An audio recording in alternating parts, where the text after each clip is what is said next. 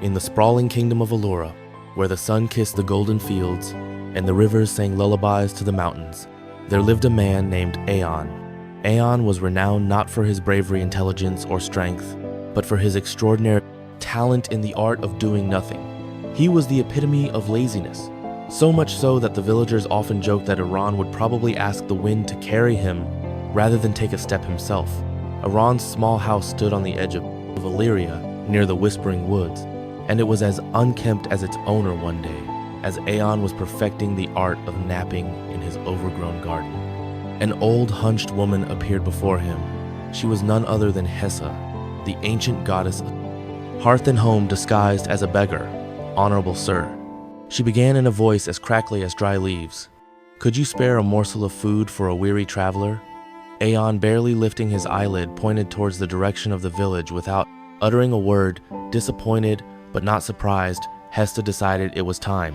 Aeon learned the value of effort with a wave of her hand. She whispered a spell, "Let your laziness lead you to a lesson most precious."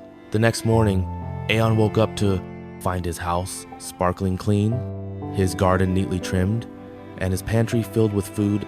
Bewildered but too lazy to ponder deeply, he shrugged at it off as a stroke of luck. However, as days passed, Aeon realized something peculiar.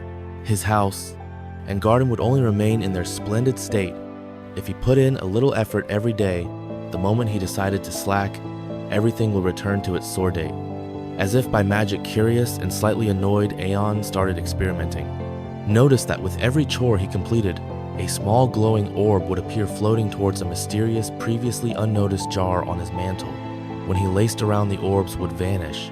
Iron, driven by the mystery, found himself caught in a cycle of work and reward. His interest piqued by the accumulating ORS. Months passed, and Iron transformed. He was no longer the village sloth, but had become its most diligent worker. His house was the envy of Illyria, and his once arid garden now teemed with the juiciest fruits and the brightest flowers.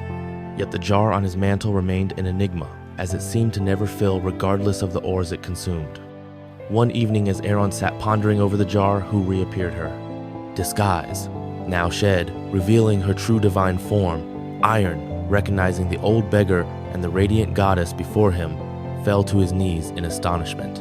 "Hestia, I don't understand," he stammered with a gentle smile. Hestia explained, "Aeon, your laziness was like a thick fog, blinding you to the beauty and satisfaction of accomplishment. The jar," she pointed, "is your potential limitless and never fully filled, for there is always room to grow, learn, and achieve." Aeon, eyes wide with realization, understood the lesson.